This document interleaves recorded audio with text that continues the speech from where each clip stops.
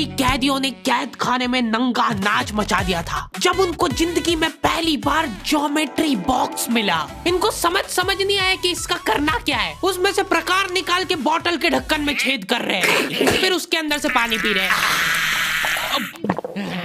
आधे बच्चों को पल्ले ही नहीं पड़ रहा है कि ये दो मुंह वाले प्रकार का करना क्या है, तो बैठ के उसकी स्ट्रेचिंग खोल रहे हैं।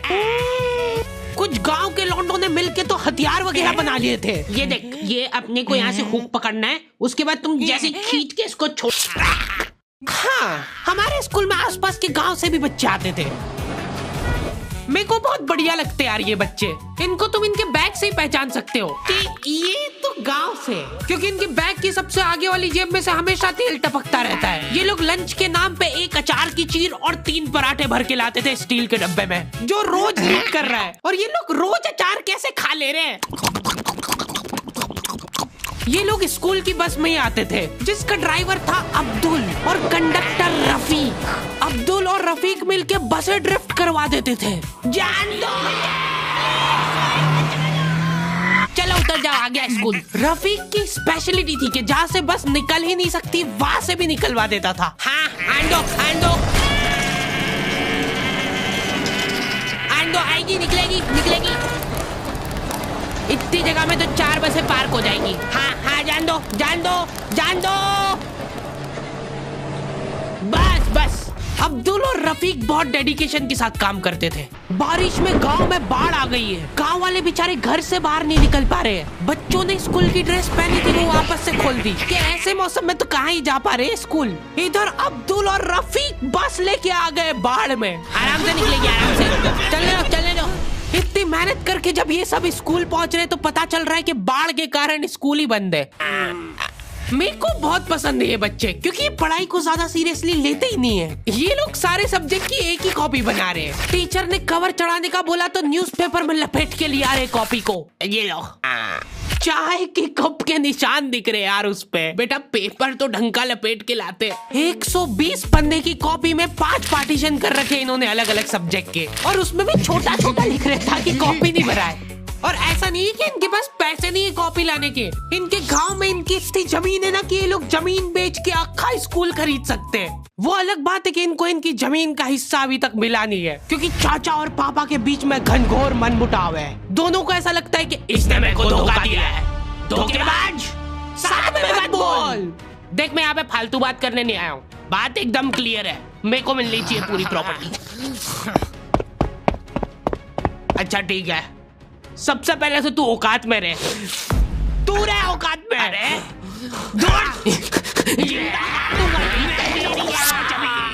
नहीं, दूर, अभी चालू नहीं हुआ है। इनकी बहन दोनों भाइयों का समझौता करने के लिए रेफरी बनी है। एक दूसरे को माँ बहन की गालियां देने के बाद वहीं पे उनको सॉरी बोल दे रहे हैं। सॉरी, क्योंकि दोनों के रिश्ते सेम ही पड़ते हैं।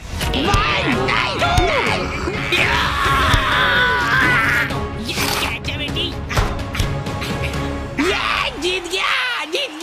ये देख कोर्ट कचहरी में मिलेंगे अब। तो अभी तक वो केस चल रहा है और वो चलता ही रहेगा जब तक पापा या चाचा में से कोई मर नहीं जाता।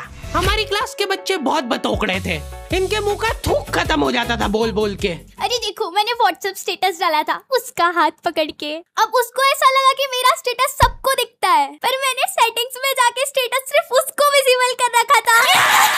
लॉन्डो से कुछ भी शेयर करना बहुत रिस्की काम होता है। मेरे को तो अच्छी लगती है यार कंचन। तुमने सिर्फ बोला है कि ये अच्छी लगती है, इधर लॉन्डो ने अफवाह फैलानी चालू कर दी। सर, उसको आंख उठा के मत देखना, भाई की बंदी है। जब भी वो पास से निकल रही है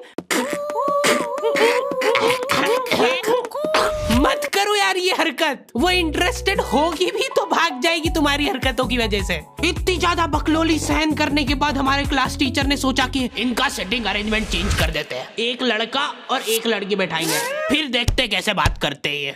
मेरे दोस्तों के पास जो लड़कियां बैठी वो बीच में बैग रख ले रही है ताकि गलती से भी ये दरिंदा उससे टच नहीं हो जाए। इनका तो फिर भी ठीक था, मेरी किस्मत तो बिल्कुल ही घटिया थी। जब तक मेरा नंबर आया लड़कियां ही खत्म हो गई हमारी क्लास की। अच्छा ठीक है, तुम अकेले बैठ जाओ।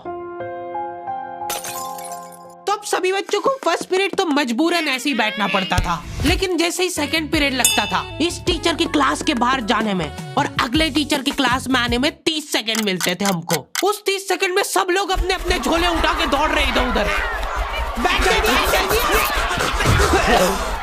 जैसे ही अगला टीचर क्लास में आया, बेटा तुम सब हाफ क्यों रहे हो, तो सेकंड पीरियड में सब अपने दोस्तों के पास पहुंच जाते थे। लेकिन लड़कियों को उतनी भी सब्र नहीं है, उनको फर्स्ट पीरियड में भी बात करना है।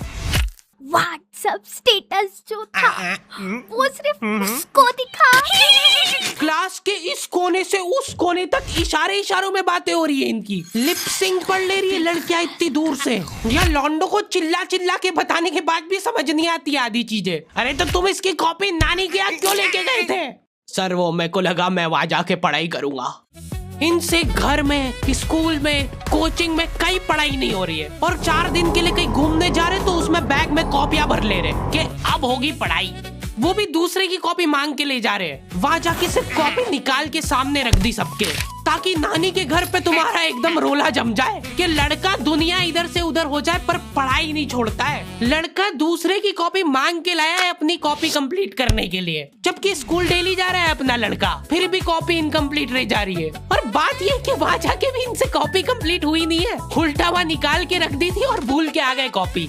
और तुम्हारी लीव तो 3 दिन की थी, तुम 5 दिन बाद क्यों आए मुंह उठा के? सर हम लोग तीसरे दिन पे निकल गए थे वहां से, और हम जैसे ही ऑटो रिक्शा में बैठे नानी जी ने रोना चालू कर दिया। अब जैसे जैसे ऑटो दूर जा रहा था मेरी नानी जी जोर से रोने लग रहे थे।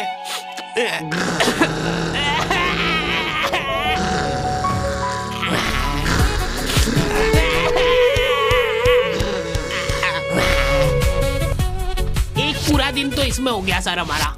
फिर अगले दिन मम्मी ने उतर के नानी जी को समझाया, रो मत मम्मी, ऐसे रो मत, मत रो। उन्होंने रोते रोते समझाया कि मत रो। आधा दिन ये चला, फिर आधे दिन ऑटो वाले ने वापस से मजे लिए।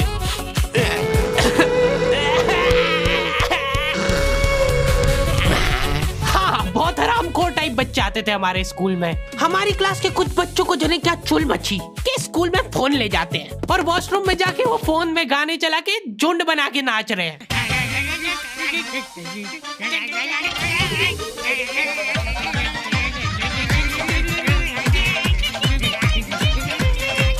उधर साइड में लाइन डिस्टर्ब हो गई यार उन बच्चों की जो कांच में बाल बनाने के लिए लगी है। वॉशरूम में मूतने से ज्यादा लंबी लाइन बाल जमाने के लिए लगी होती थी। और तुम गौर से देखोगे इनको तो पता चलेगा कि सब लोग सेम ही चीज कर रहे हैं। बाल गीले करके अपनी जेब से कंघा निकाल रहे गोल वाला, उसके अंदर 2 उंगली फंसा रहे और फिर बाल खड़े कर रहे हैं।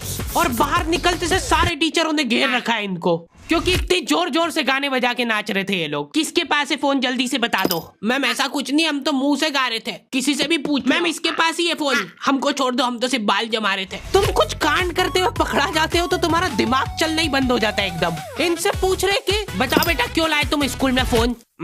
मैम वो यूट्यूब से पढ़ाई करने के लिए। स्कूल में? हाँ, हमारे स्कूल में सबसे बड़ी टॉप की सजा होती थी सस्पेंड करना। और मेरे को पता नहीं क्यों बहुत बढ़िया लगती थी ये सजा। ना तुमको स्कूल वालों को लीव लिख के देना है, ना स्कूल वाले तुमसे पूछेंगे कि तुम कहाँ गए थे। रिटायरमेंट वाली लाइफ जी रहे हो तुम स्कूल में। उसके मम्मी पापा को बुला के वो फोन भी दे दिया और उसको सस्पेंड कर दिया। अब वो बच्चा घर पे बैठ के आराम से फोन चलाता है और अपना जीवन खुशी खुशी बिताता है। उसके घर में सिर्फ 2 ही रिटायर्ड लोग हैं, एक उसके दादाजी और दूसरा वो।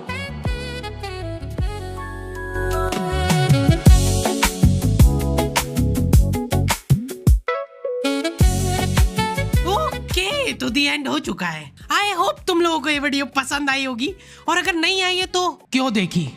हरी भाई कम से कम 1 घंटे की वीडियो बनाया करो। वीडियो कब चालू होती कब खत्म होती पता ही नहीं लगता है। बात ठीक है, पर ये एनिमेशन बनवाते बनवाते मेरी जेब भी कब खाली हो जाती है वो पता नहीं लगता है मेरे को। इसीलिए ये वाली वीडियो के लिए हम लोग एम रख रहे हैं सिर्फ 15,000 कमेंट का। जो भी वीडियो डालने के 1 घंटे के अंदर कमेंट करेगा उन सबको मैं पर्सनली रिप्लाई करूंगा बैठ के। बस सब हो गया है, वीडियो वगैरह सब बन गई है, मैं बैठ के यही काम करूंगा। और अगर तुम लोग ये कंप्लीट नहीं कर पाए तो मैं समझ जाऊंगा कि तुम में वो पहले वाली बात नहीं रही। मिलते हैं नेक्स्ट वीडियो में।